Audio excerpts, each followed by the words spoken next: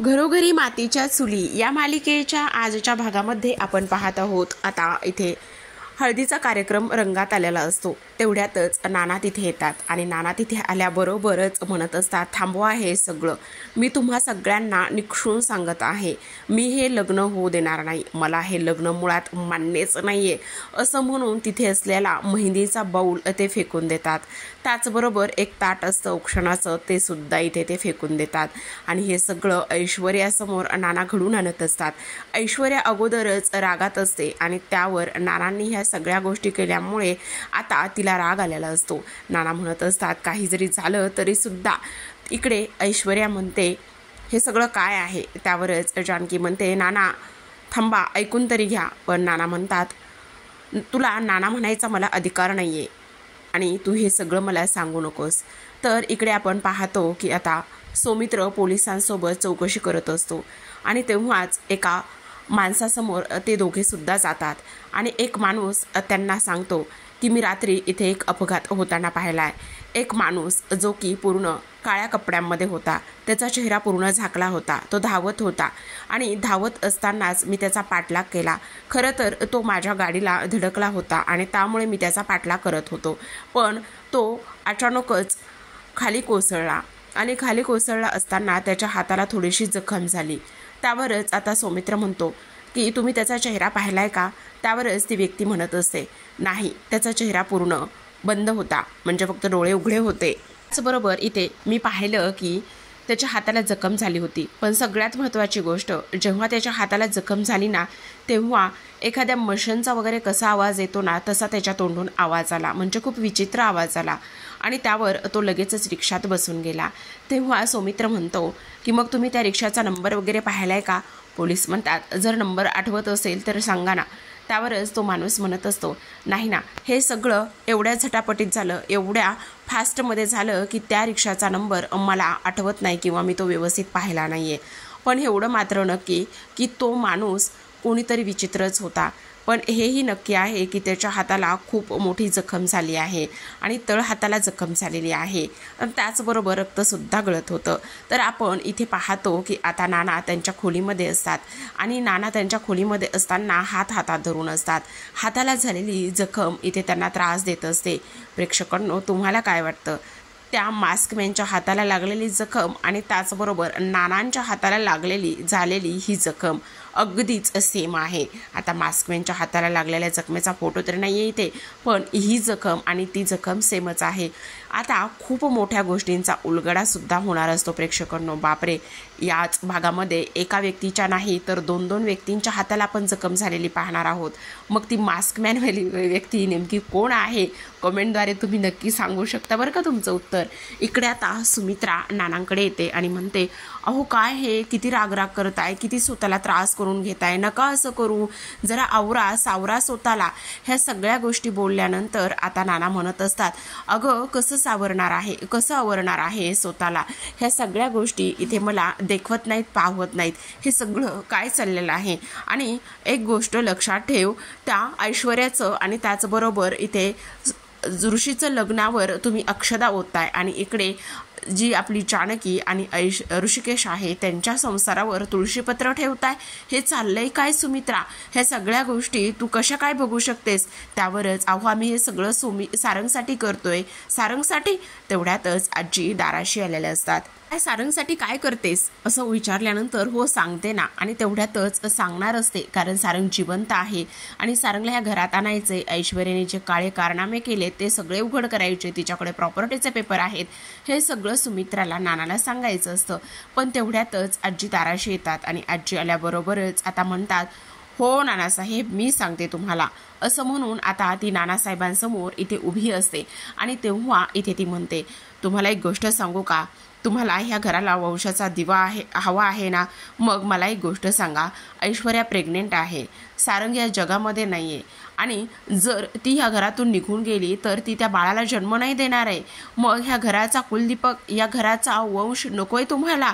आणि जर ती ह्या घरात राहिली, जर तिने इथे ऋषिकेशसोबत लग्न केलं तर मग तुम्हाला नातूसुद्धा मिळेल आणि ऐश्वर्या या घराला वारससुद्धा देईल. आणि म्हणूनच त्या बाळामध्ये, त्या मुलामध्ये आपण सतत सारंगला पाहू शकतो. आपला सारंग आपल्या जवळ आहे, आपल्या अवतीभोवती आहे, म्हणून हे सगळं आपण करत आहोत. तेव्हाच आता नाना पुन्हा चिडतात आणि म्हणतात, काय तुम्ही त्या ऐश्वर्याच्या बोलण्यात आलात आणि लगेचच ह्या सगळ्या गोष्टी तुम्ही मान्य केल्यात आणि लगेचच तुम्ही या सगळ्या गोष्टींना होकारसुद्धा दिलाय. त्यावर लगेचच आता इकडे सुमित्रा म्हणत असते, अहो तुम्ही जरा राग आणि चिडचिड नका ना करू, जरा शांत हो ना, जरा ऐकून तरी घ्या ना. असं बोलल्यानंतर आता लगेचच इकडे आपण दुसरीकडे पाहतो की आता जो ऋषिकेश आहे तो ऐश्वर्याकडे गेलेला असतो आणि ऐश्वर्याकडे गेल्यानंतर खरं पाहायला गेलं तर आता इथलं वातावरण खूपच जास्त विचित्र झालेलं असतं. काही जरी झालं ना तरी सुद्धा मेहंदी ही थांबलेली असते आणि नाना आतमध्ये निघून गेल्यानंतर आता इकडे ऐश्वर्या म्हणत असते, त्या तुमच्या म्हाताऱ्या बापाला तुम्हाला कसं समजवायचे, काय करायचे हे तुमचं तुम्ही बघायचं आहे. माझं लग्न हे तुमच्यासोबतच होणार आहे. त्यावरच ऋषिकेश म्हणत असतो, कुठल्या भाषेत आणि कुठल्या पद्धतीने तू बोलतेस, जरा तरी तुला समजतंय का, ही भाषा कुठली आहे बोलण्याची. आणि ऐश्वर्या आत्ता तरी थांबव हे सगळं काही, नाना ह्या लग्नाला कधीच तयार होणार नाहीत. त्यावरच ऐश्वर्या म्हणत असते, ते तुम्हाला जे काही करायचं आहे, ज्या पद्धतीने त्यांना कन्व्हिन्स करायचं आहे ते तुमचं तुम्ही बघायचं आहे, तुमचं तुम्ही करायचं आहे. ह्या सगळ्या गोष्टी इथे तुम्ही मला सांगायच्या नाही, समजलं ऋषिकेश. असं म्हटल्यानंतर आता ऐश्वर्या म्हणत असते, हे बघा, जर तुम्ही इथे त्या म्हाताऱ्याला तुमच्या बापाला कन्व्हिन्स करू शकला नाहीत तर तिकडे मात्र त्या जानकीचा आईचा इथे जीव जाईल आणि मला ह्या सगळ्या गोष्टी करायला तुम्ही भाग पाडू नका. त्यावरच ऋषिकेश आता चिडतो आणि म्हणत असतो, ऐश्वर्या जर तुला लग्न करायचं आहे ना तर तू स्वतः जा आणि स्वतः जाऊन इथे नानांना तू कन्व्हिन्स कर, मला सांगू नकोस. जा आणि सांग नानाला की मला इथे ऋषिकेश बरोबर लग्न करायचं आहे. त्यावरच ऐश्वर्या म्हणते, हे सगळं मी नाही सांगायचं, हे सगळं तुम्ही सांगायचं आहे. काही जरी झालं तरी सुद्धा तुम्ही ह्या सगळ्या गोष्टी नानांना सांगणार आहात, मी नाही सांगणार.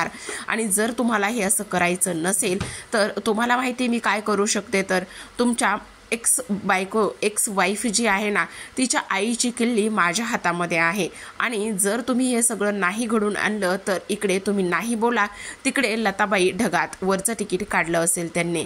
असं बोलल्यानंतर आता इकडे मात्र ऋषिकेश प्रचंड चिडलेला असतो. तो विचार करत असतो की ह्या ऐश्वर्याला काय करावं, कशा पद्धतीने ह्या सगळ्या गोष्टी सांगाव्या हे त्याला कळत नसतं. तेव्हा ऐश्वर्या म्हणते, मग मी आता जे काही सांगत आहे, मी आता ज्या काही गोष्टी ते तुम्हाला सांगितल्या त्याच गोष्टी त्याच पद्धतीने इथे करायच्या आहे, समजलं. काही जरी झालं तरी सुद्धा इथे तुम्ही हे सगळं जे आहे ते मी म्हणेल त्याच पद्धतीने तुम्हाला करायचं आहे. जा आणि जाऊन इथे सांगा की कशा पद्धतीने इथे तुम्ही हे सगळं काही करणार आहात आणि कशा पद्धतीने तुम्ही इथे काही जरी झालं ना तरी सुद्धा इथे हे लग्न करायचं आहे. जाऊन सांगा त्या म्हाताऱ्या बापाला. आणि ही ऐश्वर्याशी पंगा घेणं खूप महागात पडू शकतं, तुम्हाला कळलं. असं म्हणूनच आता ऐश्वर्या तिथून बाहेर जात असते. ऐश्वर्या बाहेर जात असतानाच आता मात्र इकडे दाराशी जानकी उभी असते आणि जानकीने हे सगळं बोलणं ऐकलेलं असतं. कारण आता ऐश्वर्या बाहेरूनच इकडे ऋषिकेशला खोलीमध्ये घेऊन आलेली असते.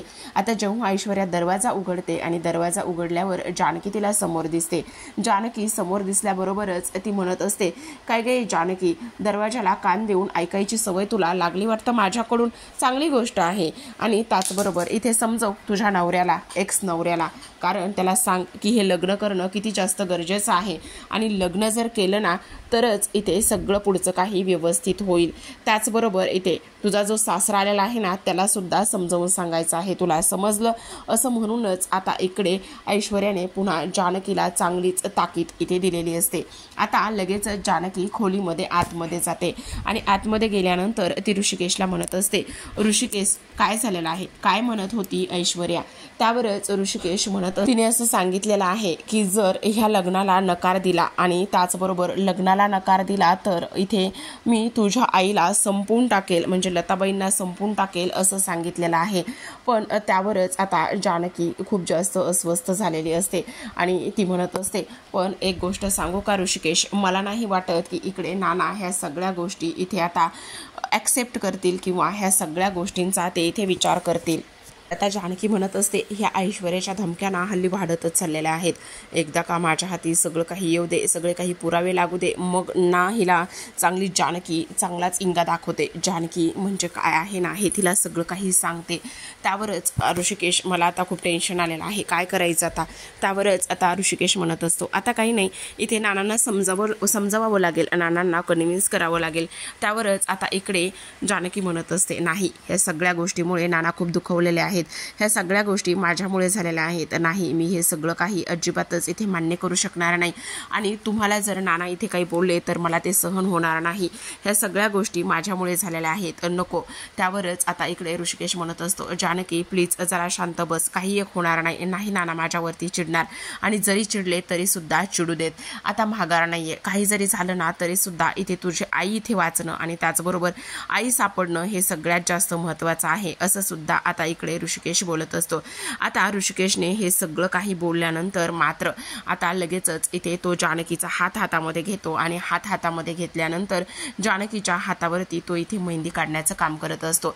आणि जानकीच्या हातावरती स्वतःचं नाव म्हणजेच ऋषिकेश असं नाव इथे त्याने काढलेलं असतं. आणि ऋषिकेश असं नाव इथे काढल्यानंतर जानकी मात्र त्याच्याकडे पाहतच राहते.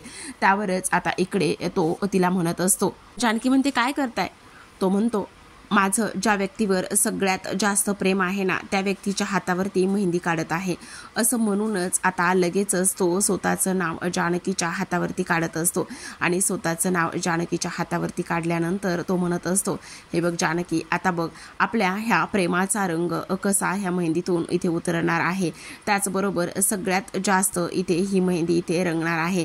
त्याचबरोबर हरायचं नाही जानकी, काही जरी झालं ना तरी सुद्धा हरायचं नाही, समजलं.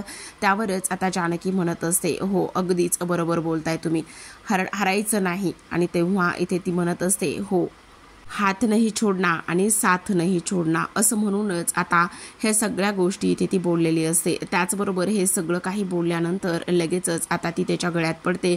आणि गळ्यात पडल्यानंतर इकडे मात्र ऋषिकेशला सुद्धा थोडासा आनंद झालेला असतो, थोडंसं बरं वाटलेलं असतं. काही जरी झालं तरी सुद्धा आता इथे मात्र जी काही जानकी आहे, जानकी थोडीशी रिकवर झालेली असते. आणि त्याचबरोबर तो म्हणत असतो, हे बघ आता फक्त लढायचं, हरायचं नाहीये, समजलं.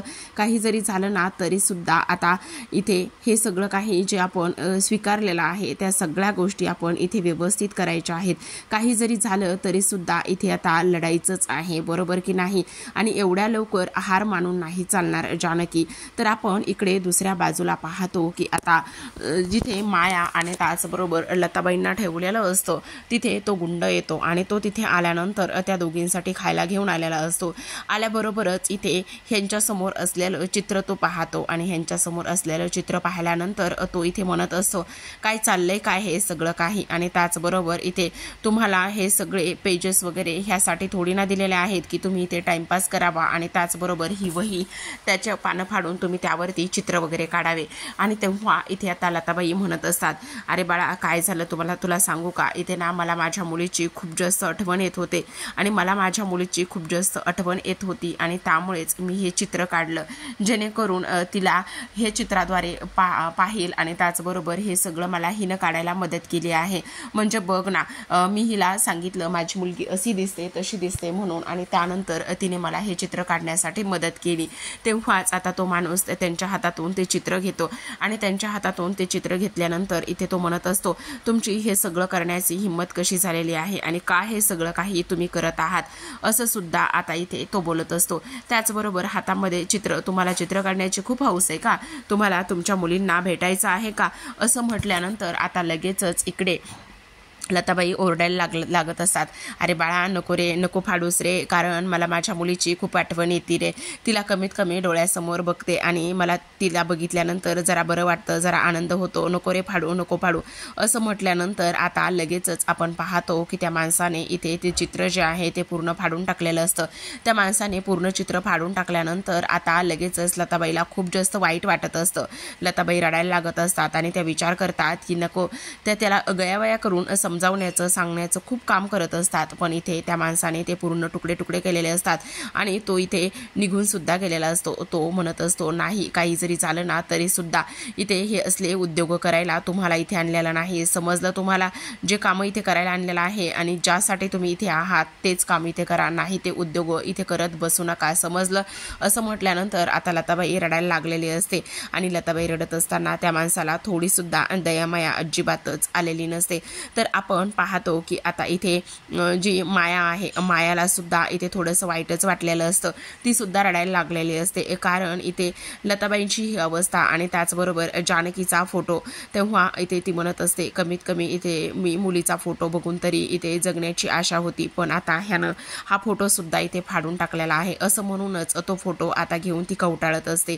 तर आपण इकडे दुसऱ्या बाजूला पाहतो की आता नाना खुर्चीवरती बसलेले असतात, त्यांच्या हाताला ती आहे तीच जखम आणखी असते आणि तेव्हाच आता जानकी आणि त्याचबरोबर ऋषिकेश त्या दोघं सुद्धा इथे नानांशी बोलायला आलेले असतात। त्यांना कन्व्हिन्स करायचं असतं, काही जरी झालं तरी सुद्धा ह्या लग्नाला त्यांनी होकार द्यावा आणि ह्या लग्नामध्ये सामील व्हावं हे त्यांना सांगायला ते दोघेजण आलेले असतात।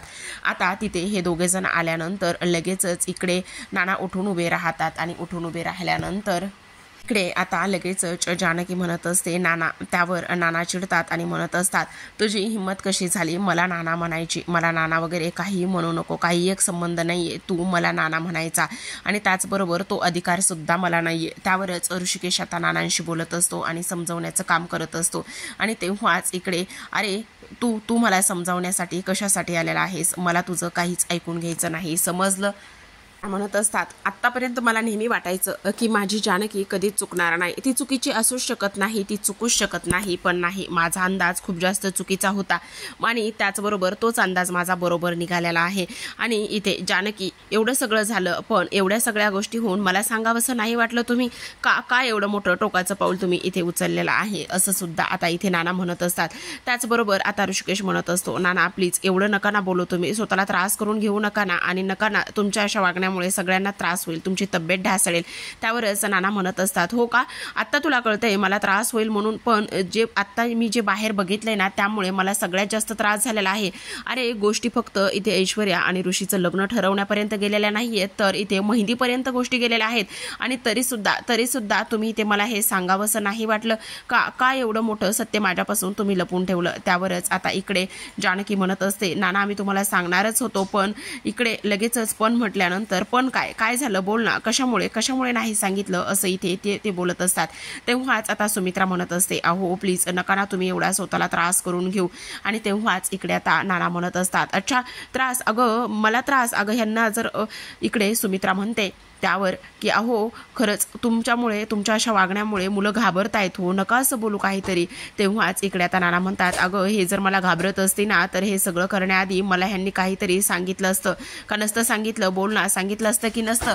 त्यामुळे ह्यांना मी एक बाप म्हणून कुठेच नको आहे किंवा ह्यांना मी बाप म्हणून ह्यांची मनामध्ये भीतीच नाहीये, असंच नाना म्हणतात। त्यावर सुमित्रा म्हणते अहो नाही हो तसं काही नाहीये, तुम्ही समजूनच घेत नाहीये। नाही मला कोणाला कसलंच समजून घ्यायचं नाहीये, आता तर मला कोणाशी काहीच बोलायचं नाहीये, आत्ताच्या आत्ता इथे तुम्ही सगळेजण माझ्या खोलीमधून निघून जा, असं नानाने स्पष्टपणे सांगितल्यानंतर आता इकडे कोणाकडे काहीच पर्याय शिल्लक राहिलेला नसतो। नानांनी कोणाचंच काहीच ऐकून घ्यायचं ठरवलेलं नसतं। ते म्हणत असतात मला हे लग्न मान्य नाहीये आणि त्याचसोबत मी हे लग्न होऊ देणार नाही, असं सुद्धा इथे आता ते बोलत असतात। पण ऋषिकेशने समजवलेलं असतं की नाना तुम्ही ऐकून तरी घ्या, प्लीज ऐकून घ्या। जानकी पुन्हा नाना म्हणत असते, पण जानकीच्या नाना म्हणण्यानी सुद्धा आता इथे मात्र काहीही फरक पडलेला नसतो। तर आता प्रेक्षकांनो आपण पुढील भागामध्ये पाहणार आहोत की कशा पद्धतीने आता इथे जी ऐश्वर्या आहे, ऐश्वर्या विचार करते की म्हणत असते मला इथे पाहायचं आहे की कशा पद्धतीने ऋषिकेश आणि जानकी इथे त्या म्हाताऱ्याला लग्नासाठी कन्व्हिन्स करतायत आणि कशा पद्धतीने समजवायतायत, हेच मला सगळं काही पाहायचं आहे, असं इथे ती बोलते। त्यावर आता इकडे नानाने स्पष्टपणे ह्या लग्नाला नकार दिलेला असतो, हे लग्न आत्ताच्या आत्ता थांबवा असं म्हटलेलं असतं आणि असं म्हटल्यानंतर इकडे आता तुम्ही नाही ना थांबवा, ठीक आहे मीच हे लग्न थांबवतो, असं म्हणूनच तिथे असलेले सगळ्या ज्या काही माळा असतात त्या इथे डेकोरेशन सगळं काही नाना तोडण्याचं काम करत असतात आणि तेवढ्यातच वरून ऋषिकेश येत असतो आणि तो म्हणत असतो की तुम्ही ह्या सगळ्या गोष्टी इथे या पद्धतीने नाही करू शकत आणि त्याचबरोबर तुम्ही असं जर केलं तर आम्ही तुम्हाला कधीच माफ वगैरे करणार नाही असं सुद्धा इथे ते बोलतात। त्याचबरोबर नाना म्हणत असतात ठीक आहे, तुम्हाला जर माझं ऐकायचंच नसेल, तुम्हाला जर हे लग्न थांबवायचंच नसेल तर या घरामध्ये मी राहतच नाही, मी आत्ताच्या आत्ता हे घर सोडून निघून जातो असं म्हणूनच नानाने आता हे घर सोडलेलं असतं। पण प्रेक्षकांनो तुम्हाला काय वाटतं, ह्या सगळ्या गोष्टी मागे मास्क मॅन म्हणून नानाच असतील का? म्हणून तर पुन्हा इथे नाटक करून घर सोडून निघून तर गेले नसतील ना? काय आहे ट्विस्ट कळणारच आहे तुम्हाला येणाऱ्या पुढील काही भागामध्ये, त्यामुळे पाहत रहा घरोघरी मातीच्या चुली या मालिकेचे असे छान छान आणि त्याचसोबत लेटेस्ट एपिसोड। भेटूयात पुढील भागामध्ये। व्हिडिओ पाहिल्याबद्दल तुम्हा सर्वांच्या मनापासून धन्यवाद।